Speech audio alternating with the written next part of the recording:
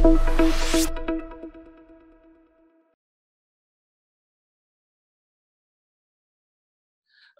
is it that, today we are in a phase of similar uncertainties or probably worse than that? What are the learnings, what are the lessons from your own family's business, from your own book, from your own mentors that you would like to share with the world today? So thank you, Rajesh. First, clearly, as you said, the way our organization grew from scratch, it always treated business as not being usual. There was always a little bit extra in every effort, in every aspect that was being put in. And it has been through many, many different periods of difficulty, of strife, of storm in public life, in public policy, in markets, in consumer behavior. It's been through all of those. And fortunately, it continued its steady and reasonably aggressive pace of growth all through that period, demonstrating that it must be doing something right at each of those times. And you're right, in the situation that we see ourselves placed in right now, it is important to lean back on some of the learnings we've had from unusual, difficult, and crisis-like periods, because this is as cataclysmic as it comes.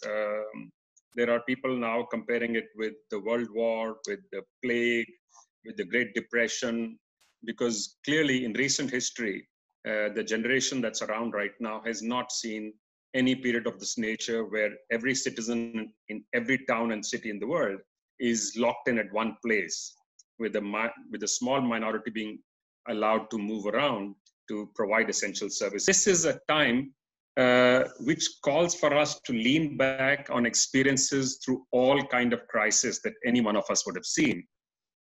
And if you think about it, this is a life-altering experience for many. I do believe it will change some people's behavior permanently. And some of it, human nature being what it is, we are very resilient. We will spring back to some of our old habits. Somebody was talking about never going to a theater again. I actually said, I'm willing to bet that you will be in a movie theater 1 year, if not in a year, certainly in 2 years, you will be out there. You will be attending sporting events. You will go to public places because this is not something which is going to change permanently. There will, however, be some things that will change permanently for us. And I think that's where it's important for us to lean back on previous experiences and see what we could learn, if anything, from those experiences. If you see what happened in the World War, for example, that two things happened. Companies making machines, electricals, etc., started making aircrafts and tanks and guns, etc. And these became some of the most innovative companies post the war itself. Companies like Siemens, Volkswagen, etc., when they came out of the war, they became leaders in engineering, design, manufacturing, technology.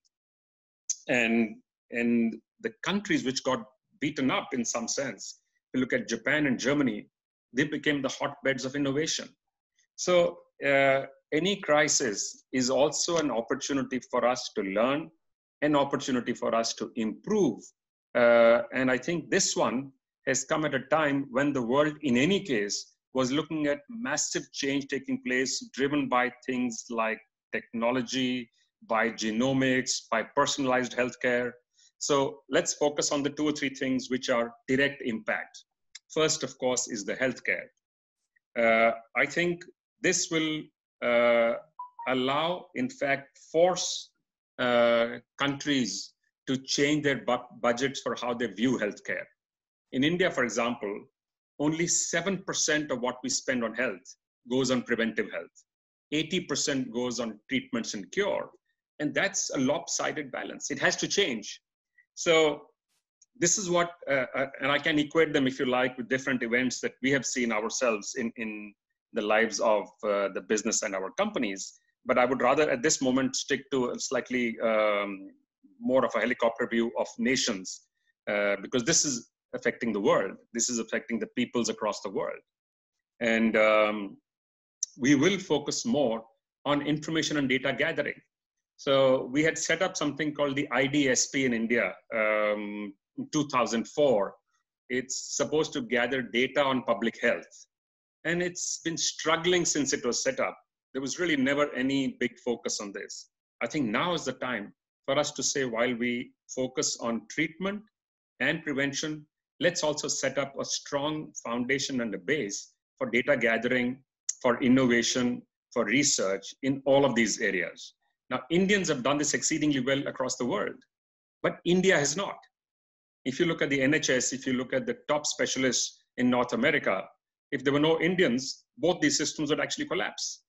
So how about bringing some of that great minds, that inquisitiveness into the Indian system as well?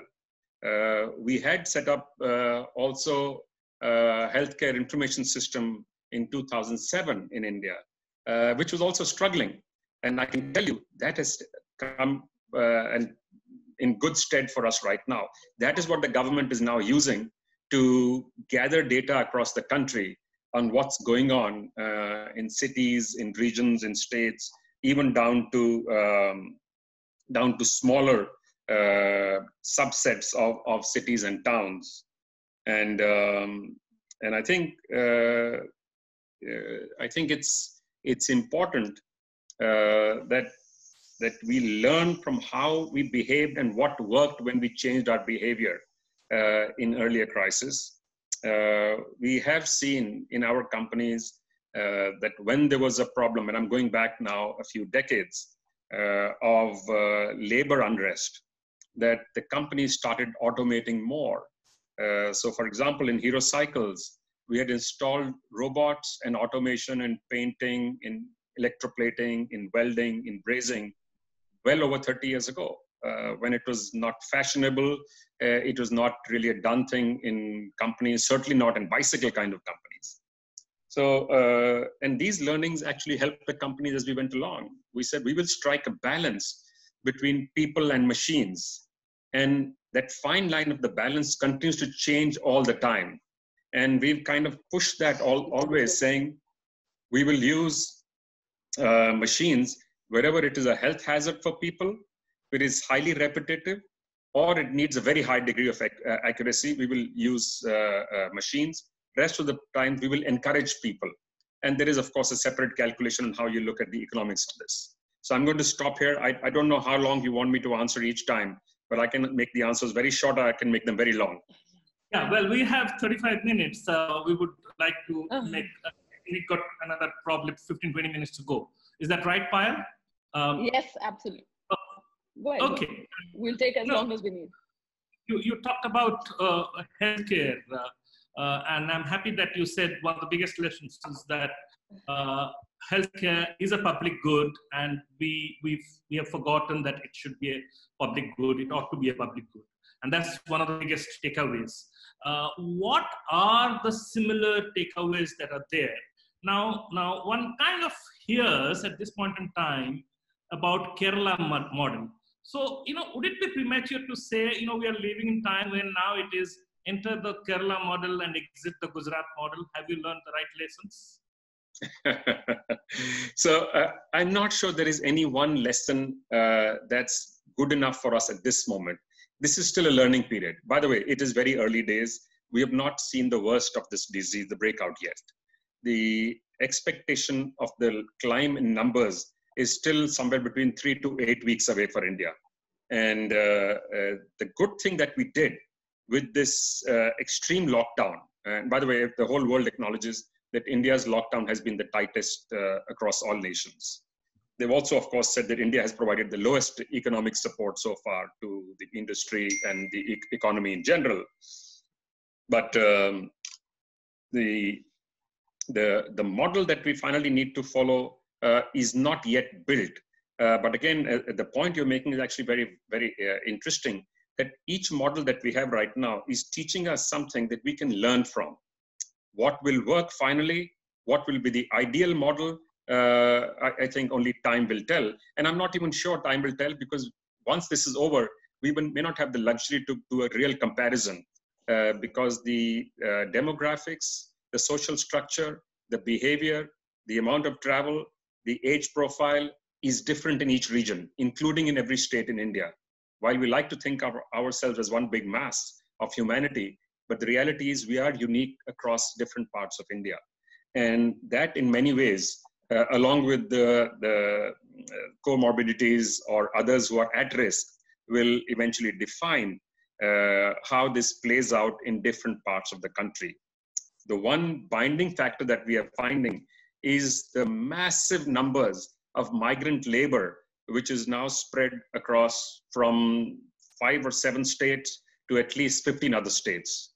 And that's an interesting phenomena for us to think about, because that's the second thing we do not think enough about, how the wheels of the economy are turning by a large section of our population, which is still considered and is in the informal sector. And that's as much as 90% of the workforce of this country, whether it's working in agriculture or in industry, both large and small. A large section of it continues to be on contracts, daily wages, informal, etc. It's only a small percentage which continues to get formal employment and at least what we call formal officially. So the model to follow at this moment, I think, is to strictly ensure that the advice that has been given on washing your hands repeatedly, and I'm saying this even though we hear about it hundreds of times, but I'm not sure a lot of people realize why we are telling them to do this. The coronavirus has a fat layer outside, which actually dissolves and dies with chemicals in soap and chemicals in alcohol-based sanitizers. So it is a very good idea for us to follow the kind of advice that we have been given, as also the advice of distancing, which is not yet clear whether it should be 1 meter or 3 meters, because there are different studies showing different numbers right now. So I think we have to watch the space while being careful not to overspend time on this. What I've been telling people is just listen to news only twice a day, morning and evening, and please avoid 95 to 99% of the WhatsApp that you get, because it's a lot of hogwash out there, a lot of misinformation going on, a lot of scaremongering going on. There are experts who can tell us what the real situation is, but to be fair, even they are groping around to get as real information as they can, because this is an ever-evolving situation. From having only 5 formulations under test from 4 countries 3 weeks ago, we have 96 trials going on with at least 54 formulations right now across the globe. So we are in the middle of this. Because we have got a limited time, and I keep going back to the book because I think there are things there which are very relevant in the times that we are living in. So I want to pick on 2 things. So let me split it this way. There are 3 areas that we talk about in the context of Corona, and then probably I'll have a wrap-up question and we'll probably end this conversation. So there is this humanitarian crisis aspect that we are dealing with. I would like you to spend a few minutes on that. The second is you talked about the, well, let me come to the second question later on. Let's first talk about the humanitarian crisis that we have at hand, the migrant workers crisis. The fact that suddenly we realize that there was this invisible army of laborers, and they remain invisible because that helped us sustain an exorbitantly high rate of interest, return on the investments that we were making. This informality helped us. Is it time we looked at some of the very regressive aspects of this informality, which has today become a challenge for us, that we have long ignored it? They don't have social security. They don't have fallback positions. They don't have a social contract. And that's the reason why they all want today to stand up and say, we will go back. So, after years of having built cities and industrial landscapes, they do not have a sense of security, and they don't have the systemic support they ought to get in this time. Are there learnings and lessons that both the government and the businesses should be taking and really kind of incorporating in their future strategies? So since you spoke about the book earlier, let me answer this question of yours from the book. What we did, and this is again going back about 3 or maybe almost 30 plus years ago, lots of workers in our companies come from Eastern UP and Bihar. They are migrants, as they are across many states in India and in many parts of the industry. So what we said to them was, and this is a discussion first we had amongst ourselves, saying, this is almost not fair. These people live a tougher life. They build the businesses that all of us operate. And they're living with two homes. They're feeding two homes. One where they live with us in places like Ludhiana and other industrial centers. And one is their family back home. So we said, we will encourage all of them. We said, bring your families here. We will encourage you to build homes here. So we actually gave them loans. And we said, we will educate your children in our schools. So our family foundations are very deeply involved in education, healthcare, etc. And the hospital will look after the health of your parents, your kids, and yourselves. So build a life here and live with your family. So the social structure becomes better, and their spend becomes more moderate, and they are closer to the place of work. And so their attention is on work. So it's actually a win-win for everybody. For us as a company, the productivity goes up. For us as employers, it's a much more humane and a humanitarian approach of dealing with labor and workers. And for them, the quality of life is dramatically improved. So those who cannot get this kind of support absolutely need a social net. So as a country, as a responsible nation, it is certainly time for us to think either of a basic income support or a social security support. Clearly, the country is moving in the direction of the number of schemes that we've launched in the last 12, 15 years, including rural employment, including providing healthcare schemes, etc. So we are certainly moving in that direction, but I think we are some distance away, and it certainly needs attention at this moment. Okay. So the other two things that I wanted to pick up from your book, one is about, you talk about self-reliance in the values of the Hero Group. Where does self-reliance fit in today's globalized world for India? Right. So the self-reliance was done in a positive manner. It was not something that was seen as being negative. The self-reliance was that there are many components that we saw when the bicycle started, when the moped started, and when the motorcycle started, which were either not available in India or certainly not available in the quality and the scale that was required for high quality, world-class, world-scale businesses. So we actually encouraged many of our family and friends to set up units and entities and companies to make those components. So what we said was, we will help you pick a component, pick the equipment you require for that, and also help you with the process. But we will not fund the company for you, and we will not run the company for you.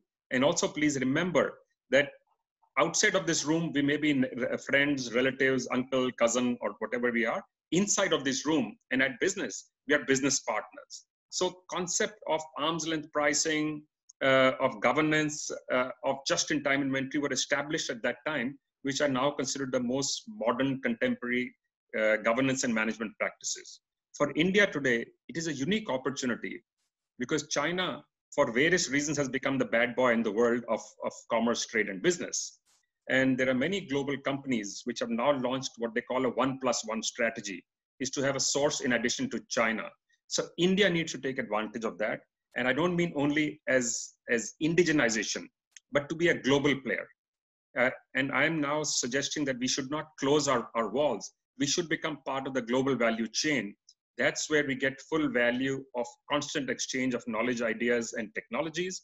And the scale that we need to become world-class companies has to be world scale, not only India scale. So in order to do that, the first and foremost thing that we probably have to now do is to kind of stabilize, restore our supply chains, which are disrupted in a big way, and will be disrupted even more as the lockdown is extended. And this is, normalcy is not going to return for many more months to come, if not beyond a year.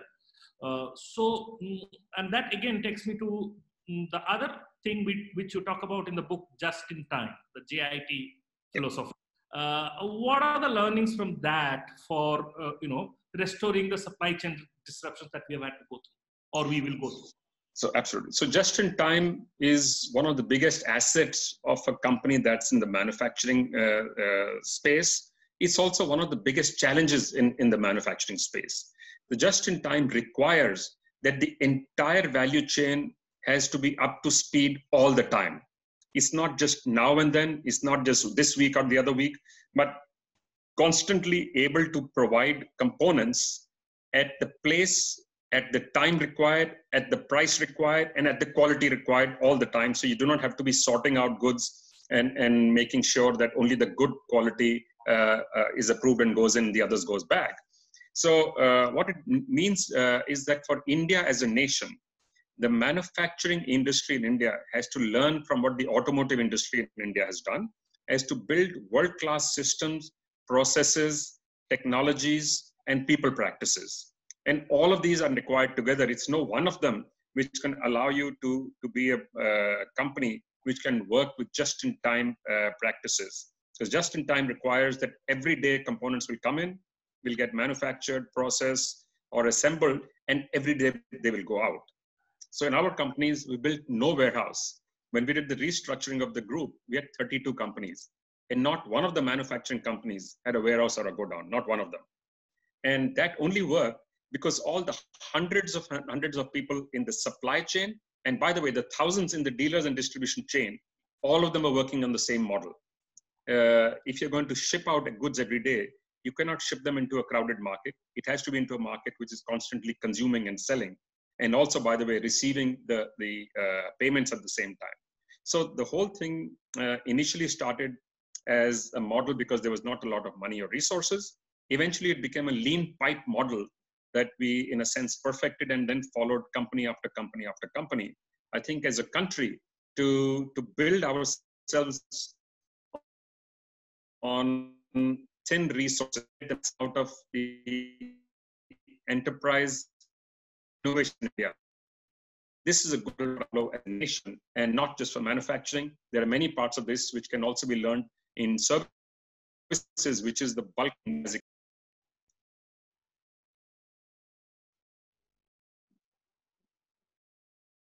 I can't hear. Am I audible to you? Yeah. Yes. Now, yes. Somebody, don't mute me. I will mute myself when the noise. So somebody is muting me. Okay. Good. Coming. Two more things to talk. Just an interruption, by the way. This is good for every sector, including things like healthcare, by the way. Right. I'm sure.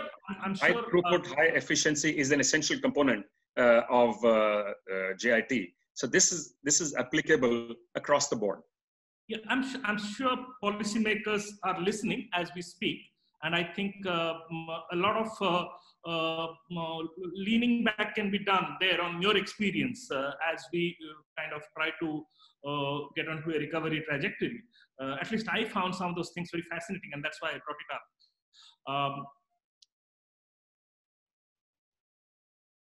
Mr. Munjal, let me ask you, the Hero Group story, is this a story, I mean, what is it more about?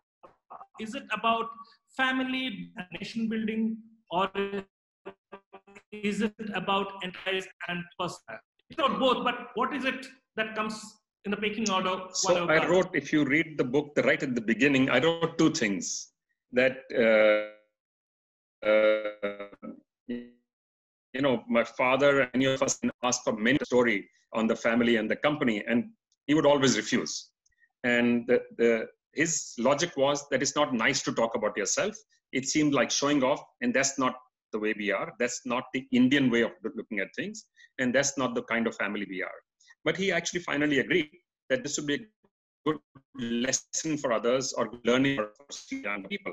So I decided to write this because I thought this is a story that needs to be told. And when I spoke with the publisher, he asked me, who's the audience you want to write this for? So I said, look, this should be an audience as wide as possible because it is not just a business story. It's not just a story of technology. It's not just a story of partnerships. It's not just a story of human endeavor. It's not just a family story. It's not just a family business story. It's not just a manufacturing story. it is not only India's story, it is actually all of them. In some sense, it defines the development and evolution of India from when it got independent to when it started standing on its feet as a nation which can be proud of its people, its capabilities, and its achievements. We have many weaknesses, but the book tries to capture the challenges that were faced and how many of them were addressed in as humane a manner as possible, looking at people as the primary and the most important resource of an organization, of a family, and a society. And at the same time saying, you cannot compromise on performance, quality, and ethics and integrity, because it is when you put all of these together that you create a successful enterprise. And it's equally relevant for any of us in a family, in a company, in a city, in a nation. So the story and the book is a series of stories. You can take from it what you like. And that's the way I wrote it. I did not specifically target or plan this only as a business book. In fact, the reason for writing it in such simple language, and you alluded to this when you started, was exactly this, that a school kid can read it, a housewife can read it, any professional can read it, a technologist can read it, a business consultant can get something from it. It's a story for many, and hopefully many will read it. The publisher tells me they've already had 2 reprints and they're going into a 3rd one now already in the book. So clearly some people must be reading it. And I hope they find this not just about lessons, but also that it's important to enjoy the journey, not just focus on a destination, because it's the everyday which makes up an interesting part of our lives. So if it's every day that we learn to enjoy and address little challenges, that overall we are able to collectively truly demonstrate something to ourselves and to get to where we would like to, and also to become better versions of ourselves. Great. You said, you take what you like it, you like it, you like what you take, or you take what you like. What I took away, among many things that I took away, and the interesting facet that I came to know about was a man called Karamdeep, your friend of your uncle Om Prakash Chautala. I don't know whether many people would know. By the way, not Om Prakash Chautala, it's Om Prakash Munjal. Sorry, Om Prakash Munjal. Many people would know that the hero name was actually the brand name of a bicycle saddle manufacturer who was a Muslim. Yep. And he went to Pakistan and gave it to you. I don't think he charged a fee. Yep. It was that communal amity that this continent evokes. Right. And though that happened years after that bitter partition, I think there's a great learning out there that how social harmony and social peace can be so critical to the way we live and the way we build our nation. It has been great speaking to you, Mr. Munjal. I'm sure everybody enjoyed it. Payal, you want to come in, or do we close it here? You need to unmute your mic, Payal. Your mic is still on mute. It's yes, I am here. Thank you so much, Rajesh. Mr. Munjal, I do have a couple of questions because some of our members have, in fact, just messaged. And I wanted to start actually by just asking, because of the conversation around the idea, specific to right now, the idea of a stimulus package. Yes. And there's an interesting formulation that somebody asked, which is to say, can you lock down and stimulate at the same point, right? Is that even a legitimate ask at this point? If the lockdown is necessary, how do you stimulate? Or is there something that you think can achieve both intents at the same time? The answer is yes. In fact, it's all the more important that we provide a stimulus at this moment. The stimulus is not only to kickstart and get the economy moving, it's also to allow the economy to remain at level. Because at this moment, many companies have decided to keep their people on their rolls still. And the government has actually made a request in some states, an actual diktat, that you will not fire. So most companies did this happily in the first month. Now they're saying, I have zero revenue for this period. But by the way, my costs have not become zero. My office cost, my rental cost, my people cost, my bijli cost, and others are still ongoing. So I'm not able to manage to stay afloat. And banks at this moment are not going to lend to a company which has no revenue. In most countries in the world, what the governments have done is they said, don't fire people. We will provide you the funding to support between 70 and 90% of the salary and wage bill. That's right. Some countries, they've done it only for the lower amount of wages. In some countries, for all employment. Netherlands have done it, Germany has done it, UK has done it. There are just so many countries. At this moment in India, we have provided support of 1,70,000 crores, which is also not 1,70,000 because part of this was already in the budget. Sure. It's just been moved forward, which makes it less than 1%. There are now countries heading closer to 20%. 8, 10, 12% are minimums now. And so our system needs that. I'm sorry to interrupt, but would you, are there specific 3 or 4 things you would say this are the first 4 priorities that we absolutely need to do? Oh, absolutely. The first priority is exactly this, is that all the people who are displaced right now, we have to figure out a way, both a humane and a sensible way of managing them. Second is to keep enterprise afloat, to use reserve bank funds at 2 different places. One is the forex reserves that we have, take out 20 to 30 billion, create a fund and use it as a backstop. Second is the Indian rupee funds that the Reserve Bank has, because this is a crisis. This is the time when you use things which you hoard and reserve. We are saying use the grain that we have in our warehouses to give to people free of cost. It's exactly the same with the reserve that we have of funding. The government itself has strained funds. We already know that. So we need to use all of these. We need to redirect. We need to forget, by the way, that we wrote a budget only a short while ago. We need to do a new budget with revised allocations of funds, with a large portion going toward prevention and healthcare, and support to keep the economy afloat. So either funding, if it's easier, to funding through banks, maybe providing to states funds at 0 cost or at 1%, providing through the banks 5 to 6 times debt, again at cost below 5%. Because don't forget, the companies have to stay afloat if they are to come out of this crisis and provide the economic kicker to people to get back their jobs and economic activity. And my link necessarily question, it is crucial and has been crucial first to focus on the poor and deprived of the country, because there's a humanitarian crisis. There's quite literally starvation and homelessness, right? Yes. And so not to shift that attention away at all, but a lot of the middle class concern is of a different kind, which is to say, yes, we're not starving. Yes, we have basic supplies, we have basic security. However, for example, if you have home loans, you have rentals, you have fees and exactly this, all of those expenses for which your nest egg is very minimal, right? It relies on your running income. So right now I'm speaking to everybody whose expenses rely on running income, who also find that stalled. They can maybe absorb this, as you said, like in many ways it mirrors the small enterprise, which is you can absorb it in the very short term, but is that also a different kind of almost invisible crisis, which is to say, are you disabling a whole segment of the population that does fine as long as there's absolutely, and that's why I said that the center needs to tap into its resources for exactly this kind of situation. What's the kind of figures you would propose? And when I say, you did give a percentage point from an economy point of view, I'm just saying, would there be specific measures you can say this kind of financial support to this kind of segment?